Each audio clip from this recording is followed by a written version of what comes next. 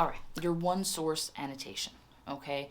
This is essentially 1/6 of the annotated bibliography that you will complete. So I would recommend having the annotated bibliography assignment requirements out as you are completing this annotation.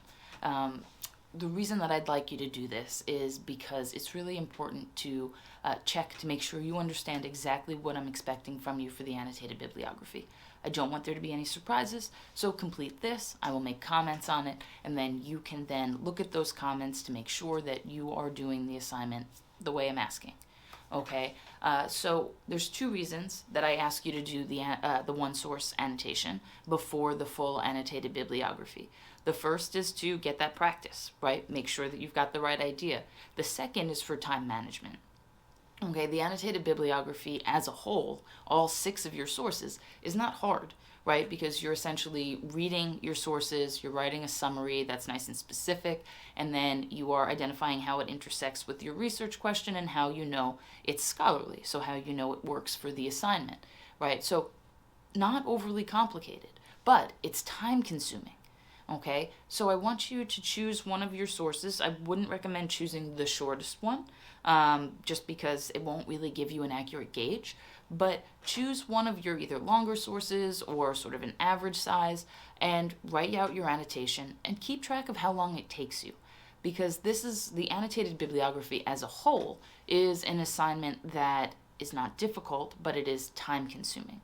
And although it is time consuming, it will benefit you greatly down the line, as we move through term, because the stronger your annotated bibliography is, the less you're likely to have to flip through your sources, each time you're working through an assignment, right? So that's going to be amazing. Now, there's a few things that I want to just reiterate to you in terms of your sources. So as you're reading them, choosing the annotation, just a reminder that you cannot use book reviews. I talk about how to tell if a source is a book review in the video for the works cited page or in a previous video. So no book reviews, no character lists, right? No character traits of the character, next character traits of the character. Avoid those. No encyclopedia articles. We don't want those. We need full analysis, not just kind of top of the surface level analysis and summary, right? That's what we're looking to avoid. Same thing for just general summaries. You want to avoid those as well. Doesn't give you enough information. And then you want to avoid articles about adaptations of your novel. Okay, we've talked about this in a previous video, so if you have questions about it, make sure to go back and double check that. But that is essentially the type of thing that if you see in the sources you've chosen, you want to put those sources to the side and find other sources that work with your research question that will be more beneficial to you in the future and that work with the assignment. So how is this assignment going to look? Okay, now this holds true for the one source annotation and for the annotated bibliography. Okay, there's just more sources in the annotated bibliography.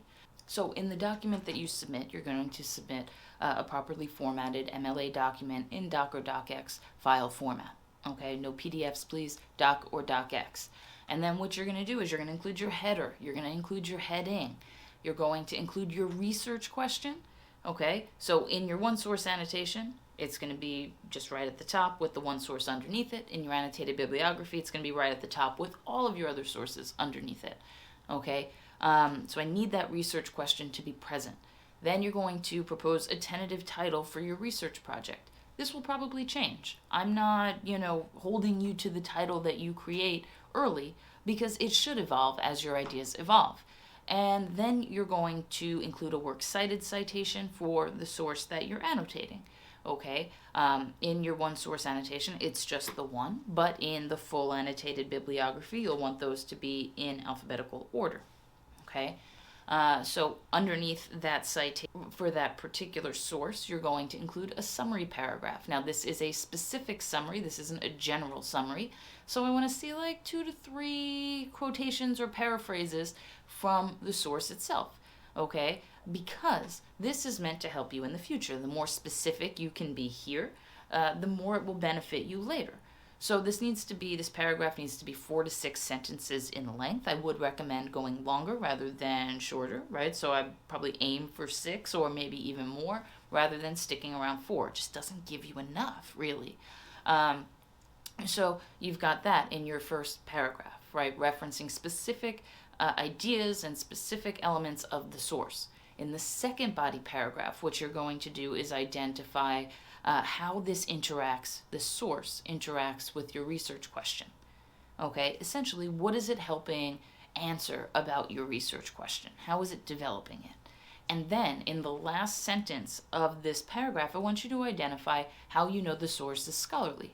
Okay, is it because the author is someone who is researching in conjunction with the university? Is it because the publication that it's in is published by a university? Like, give me some specifics here. Don't just tell me that Galileo told you it was scholarly. That's not enough. Okay, so it's really important that, that last sentence just identifies specifically why this source, right, this author, this publication, this article, more generally, why this is scholarly. And don't rely on Galileo to be your backup. You got to do some research for this, okay? So that's essentially all that we're doing, right? Including a works cited citation, summarizing, identifying how it intersects with your research question, and then including how you know the source is scholarly. Not overly difficult, just time consuming. So give yourself enough time to do this.